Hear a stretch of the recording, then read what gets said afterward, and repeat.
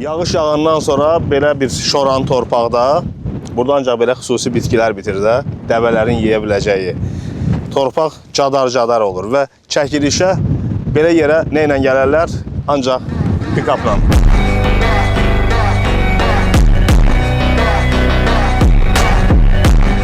GMC Grand Avenue Plus variantında.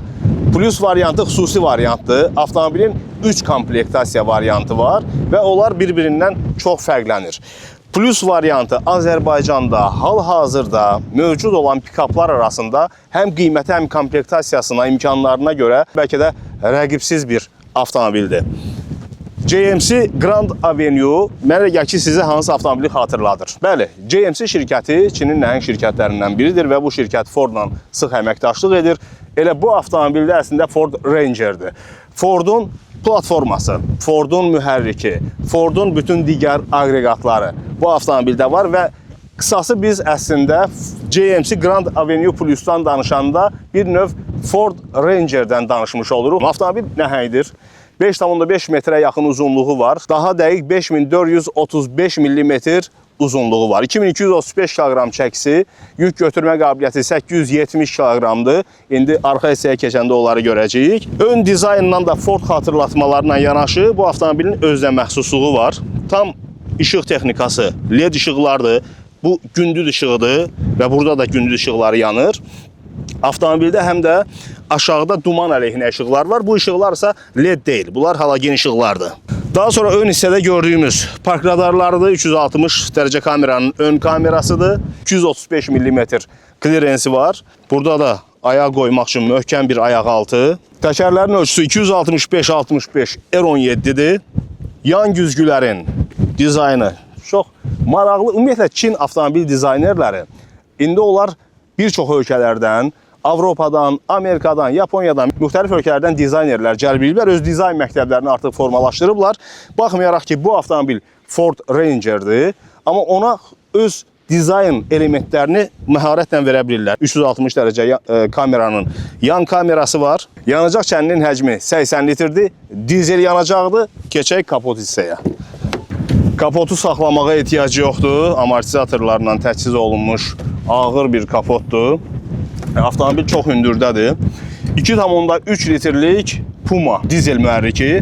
Ford Puma mühərrikinin əfsanəsini bilməyən yoxdur. Bu avtomobillərdə çox tətbiq olunan bir mühərrikdir. Common Rail yüksək təzyiq nasosu ilə təchiz olunub.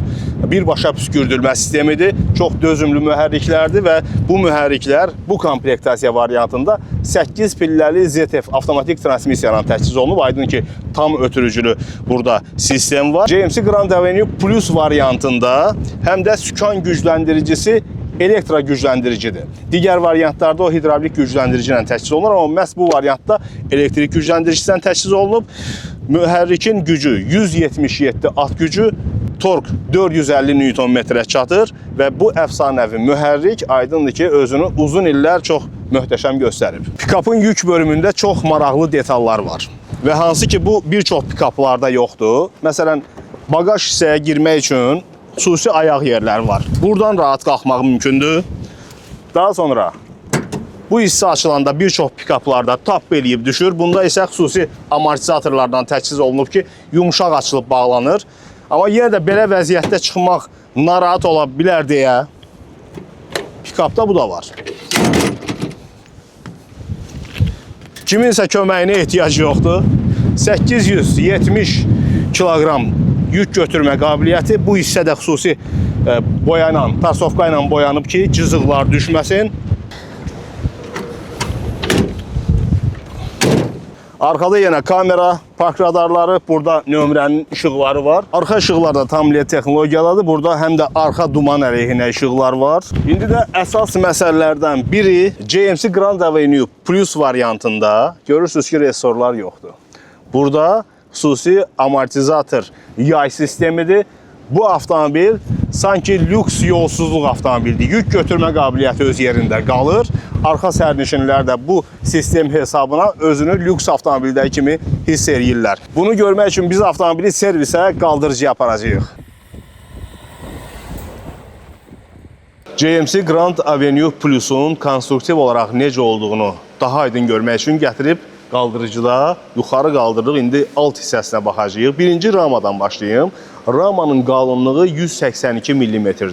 Ümumilikdə kabin konstruksiyasında 65% yüksək sərtlikli poladdan istifadə olunub və avtomobildə paslanmaya qarşı mükəmməl işlər görülüb. Təbii ki, orada asinkovka var və istənilən metalın paslanması əleyhinə texnologiyalar tətbiq olunub. Hal-hazırda nəyi görürük? Bu ştanga qollar elə Ford'un patentidir. Bəlkə də biz ehtiyat hissələrini kodla vursaq, Ford'la eyni detallar çıxacaq. Amortizatorlar və yaylar.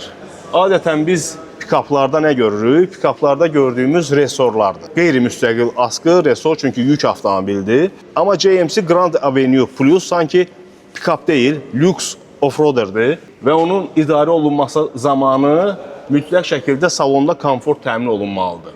Bu hissədə yarım müstəqil askının stabilizatorudur. Stabilizatorun qolları. Deməli, yalnız Grand Avenue'da, həm də təbii ki, Ford'da yalnız bəlkə də belə konstruksiya var. Reduktora kardan gəlir, xüsusi oynaq mexanizmlə, elementlə birləşdirilir və avtomobilin idarə olunma zamanı tam çəkimi necə işləyir, aşağı ötürmə pilləsi necə işləyir, onu daha sonra göstərəcəm. Ön hissədə vəziyyət necədir? Tam müstəqil askıdır, stabilizatoru və konstruktiv olaraq avtomobilin alt hissəsində istənilən detalın möhkəmliyi, dözümlüyü hiss olunur. Mühərrik bölümündə qoruyucular, öndə, arxada havalandırılan disk əyləc sistemidir. Yanacaq şəninin həcmi 80 litrdir. Mühərrik sürətlər qutusu, buradan da artıq o fırlanma momentinin paylayıcısı həm öndə, həm də arxada askı sistemi çox qollu sistemdir. Öndə müstəqildir, arxada da yarım müstəqil. Əslində qalsa o da elə konstruksiyası tam müstəqilə oxşuyur. Amma yarım müstəqil konstruksiya hesab olunur, stabilizatorlandır. Aşağı hissədə əlavə yanacaq filtri var. Yəni həm biri kapot altındadır, bir yanacaq filtri də buradadır. Dizel yanacağında adətən nə baş verir? Su daha tez yığıla bilir və suyu oradan kənarlaşdırmaq üçün əlavə belə bir klapan yerdə qoyublar. Normalda pikapın ikinci sıra oturacaqları mənə gəlir ki, heç kimə maraqlı olmur. Amma bu avtomobildə ora çox maraqlıdır. Birinci ona görə ki, əksər pikapların kürək söykənəcək yeri çox dik olur. Yəni komfortlu əyləşib getmək olmur. Bu avtomobildə həmin komfort var. Burada 12 voltluq enerji yuvası, USB yeri, hava deflektorları qoyublar və məhz ikinci sıra oturacaqlarda, yük avtomobillərdə belə olur da, təkərin üzərində oturan, arxa sırada oturanlar yük avtomobillərində çox diskomfort yaşayırlar. Amma bu avtomobilin xüsusi askı sistemi hesabına, amortizatorlar, yaylar hesabına bu avtomobil özünü öndə də, arxada da sərnişinlər üçün çox komfortlu, lüks yolçuluq avtomobili kimi aparır. İndi də ön sıra oturacaqlar, açarsız daxil olma, sürücü oturacağının tənzimlənməsi mexanikidir. 6 istiqamətdə tənzimlənmə var. Sərnişin oturacağı 4 istiqamətdə mexaniki tənzimlənir. Start-stop düyməsi vasitəsilə mühərrik işə düşür. Birinci materiallardan danışmaq istəyirəm. Pikaplarda adətən çox kobud materiallardan istifadə olunur. Çox nadir hallarda lüks avtomobillərin materialları olur da. Bu hissələr yumşaqdır, dəri ilə üzlənmələrdir. Burada ağac teksturası var. Bu hissələrdə dəri ilə üzlənmə, xüsusi tikişlərlə. Yəni hər bir elementində xüsusi lüksu qabarda biliblər. Bütün şüşələrin bir toxunuşla açılması, güzgülərin tənzimlənməsi, bunlar yerində. Sükan. Pikapda arxa yarpaqlar, pillələrin sükan arxasından manual şəkildə idarə olunması. Alt hissə kəsidir, dəri ilə üzlənmiş yumşaq sükandır. Cruise sisteminin düyməsi, cihazlar paneldə rəqəmsaldır. Burada böyük bir monitor var, 12 düymlük monitordur. Alətlər paneli isə 7 düymlüydür. Port sistemində məlumatları almaqla yanaşı, həm də təkərlərdəki təzyiqi də çıxarır sürücüyə.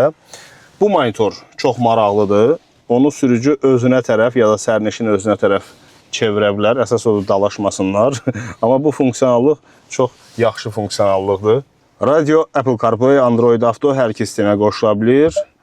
Deməli, kondisioner belə bir klimat sistemidir. Kondisioneri buradan da idarə eləmək olur. Klaviş formasında birbaşa müdaxilələr seçiblər. Daha monitora girməyə ehtiyac yoxdur. Amma monitorun funksiyonallığı daha çoxdur. Qoşulan telefonlar haqqında məlumatlar, avtomobil haqqında məlumatlar.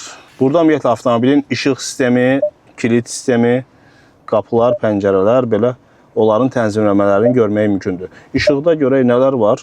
İşıqların neçə saniyə yanlıq qalması, follow me home, yəni evi ötürmə funksiyası, belə funksiyaları tənzimləmək mümkündür. 360 dərəcə kamera sistemi, 2D, 3D variantlarda onları görmək olar. Və kameranın tənzimləməsində də geniş tənzimləmə imkanları var. Avtomatik sürətə görə 360 dərəcə kameranın qoşulması və s. və perspektivdə də avtomobili göstərir. Ön, arxa kameralar elə sinxronlaşdırılır ki, sanki avtomobilin aşağı hissəsini, alt hissəsini də göstərə bilir. Light Show çox maraqlı bir funksiyadır. Bu funksiya üçün mühərriki işə salmaq lazımdır. Deməli, siz gedirsiniz dəniz kənarına, meşəyə, harasa, avtomobillə qapıları, pəncərələri heç açmağa ehtiyac yoxdur. Özü açacaq. Bir mahnı seçək. Özü şüşələri avtomatik aşağı salır və saniyələr gedir orada. Ondan sonra diskoteka başlayır. İşıqlar belə yanıb sönür. Qaranlıqda bunun effekti tamamilə başqadır. Mahnılar bir neçə variantdadır. Yəni o işıqların da formasını dəyişdirəcək. Ümumi ergonomika baxımından çox rahat oturacaqlar var və hər tərəf dəri ilə üzdənib çox keyfiyyətli materiallardır, yumşaqdır. Səs izolyasiyasını bu həm də daha yüksək səviyyəyə gətirir. 2 dənə USB yeri var, bir dənə də 12 voltluq enerji yuvası burada. Lük. Salon güzgüsü arxadan gələn maşının işıqlarını zəiflətməyə qabiliyyətinə sahibdir. Bu düymə sıxılandan sonra tündləşir. Və bir də əsas məsələ, onlar avtomobili idarə edərkən. Aydın ki, tam ötürücü sistem, avtomatik transmissiya, eniş, yoxuş yardımçıları və elektron sürücü assistentləri. İndi də GMC Grand Avenue Plus özünün hərəkət vaxtını necə göstərir, onu yoxlayacağıq. Sürətlər qutusunun dəstəyi çox maraqlıdır. Burada P düyməsi yuxarıdadır. Manual idarə etmə rejimdə var. O elə bil ki, bir dəfədə çəkiləndən sonra artıq M-ə düşür, manuala düşür. Daha sonra yarpaqlarla onu idarə etmək mümkündür. Transmissiyanı idarə edən tumbler 2H, Avto 4H və 4L. 2H şəhər içərisində sizin üçün daha qənaətçil rejimi təmin edəcək. Aydın ki, dizel mühərrikli avtomobil zaten qənaətçildir. Avto rejimində avtomobil özü müəyyənləşdirir, yəni transmissiya müəyyənləşdirir ki, hansı oxa burucu momenti torqu nə qədər ötürəcək. Bu vəziyyətdən asılıdır. 4H rejimində siz əgər istəyirsinizsə ki, fırlanmanı oxlar arasında bərabər paylansın, onda 4H rejiminə keçirmək lazımdır. Yox, əgər siz ağır yolsuzluq şəraitində hərəkət edəcəksinizsə, neytrala keçirib, daha sonra 4L rejiminə keçirməlisiniz. Və səs də gəldi aşağı hissədən, 4L yazısı çıxdı. Yəni artıq aşağı ötürmə pilləsində avtomobil istənilən yolsuzluğun öhdəsindən gələcək. İndi bizə hələ ki bu lazım deyil. Hələlik onu elə avto rejimində yoxlayarıq. Əl əyləci də elektrondur. Avto hold sistemi var. Siz şəhər içərisində çox komfortlu hərəkət edəcəksiniz. Pikapla bu çox vacib bir məsələdir. Çünki pikap adətən həmişə yolsuzluq şəraitində olmur da. İş üçün hərəkət edənlər mütləq şəkildə şəhərin tıxaclarında da olur. Və avto hold sistemi ilə siz və 8 pilləli avtomatik sürətlər qutusu ilə lüks off-roaderdə hərəkət edirsinizmiş kimi avtomobili idarə edəcəksiniz. ESP sisteminin söndürülməsi, avtomobildə həmçinin enişdə, yoxuşda yardımçı sistemlər var. Kondisioneri qoşmuşuq. 2 filtrasiyalı, çox yaxşı sərinlədən kondisioner sistemi var. Və avtomobilin askı sisteminin mükəmməlliyi özünü göstərir. Belə ki, pikaplara xas olan o atıb tutmalar GMC Grand Avenue Plus-da yoxdur. Sükan elektro gücləndirici iləndir və GMC Grand Avenue Plus variantında, bunun sadə variantlarında hidravlik gücləndirici iləndir. Və body settingdə çox maraqlı funksiyalardan biri də elə sükan gücləndiricisi ilə bağlıdır. Məsələn, sükan gücləndiricisi normal, komfort, indi avtomatik sürətə görə seçmişik. Komfort mod və yaxud da sport rejimi seçmək olar. Sportda sükan daha sərt olur və daha iti reaksiyalar verir. Daha çox komfort rejimi seçək. Ya, komfortda da desən çox yumşaldı. Normal necədir? Elə salamatı normaldır. Aşağı sürətlərdə biz 360 dərəcə kameranın görüntüsündə avtomobili pekdən görüntü kimi görə bilirik. Amma ən maraqlısı budur. O ön-arxa kameraların bir-birindən adaptasiyası. Sanki avtomobil şəffafdır və aşağı hissənin vəziyyətini də görə bilirik ki, böyük orada daşlar olarsa, narahatçılıq olarsa, sürücü onu elə monitordan izləyə bilər. Balaca bir təpə var orada. 2H rejiminə keçirmişəm və 2H rejimində fırlanma momenti arxa təkərləri ötürülür. İndi qabaq təkər biraz havada qalacaq və o siqnal bizə o təpənin olması haqqında məlumat idi. Biraz çətinlik çəkdi. Arxa təkərlər fırlanır, amma qabaq təkərlərdə indi torq yoxdur. Biz onu keçiririk avto rejimə. Heç 4H-a 4L-ə ehtiyac yoxdur, çünki sadə bir yolsuzluqdur.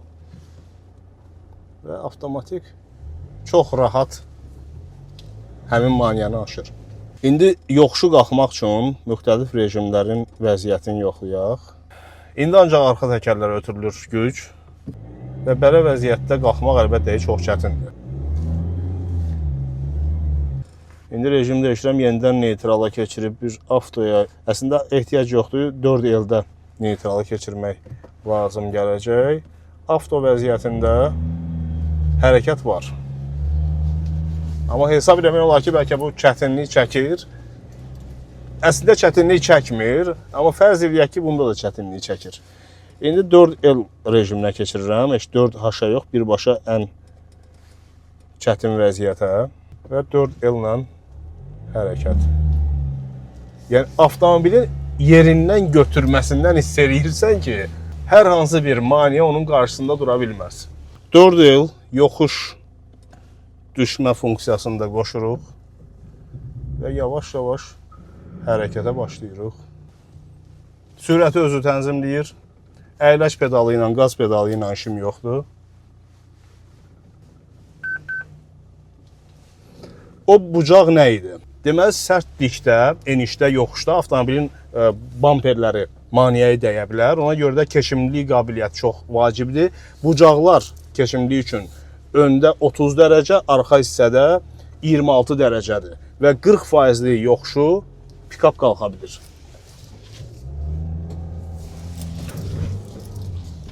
GMC Grand Avenue'da xoşuma gələnlər. Bu avtomobil çox komfortludur. Əvvəldə qeyd elədiyim kimi pikapdan daha çox lüks off-roaderə bənzəyir. Arxa hissədə olan resorlar yox, yay amortizator sistemi. Bu avtomobil ən mükəmməl pikapların imkanlarına sahibdir və yolsuzluq imkanlarına yanaşı bu avtomobilin salonunda da bir mini avtomobilinin idarə etmə həzzi var. Şəhər içərisində də yolsuzluqda da GMC Grand Avenue Plus-la rahat hərəkət edə biləcəksiniz. GMC Grand Avenue bu variantda, yəni Plus variantında ən top variantdır. Onun qiyməti 62.900 manatdır. Amma sadə variantlar da var. Bu sadə variantlar 6 pilləli mexaniki transmisiyanın təsis oluna bilər və 8 pilləli, amma bundan sadə variantı da var, avtomatik transmisiya ilə. Sadə variantlarda həmçinin arxada resor sistemidir. Bunun kimi yaylar və amortizator sistemi deyil, çox qollu müstəqil askı sistemi deyil. Ən sadə variantda 53.500 manatdır.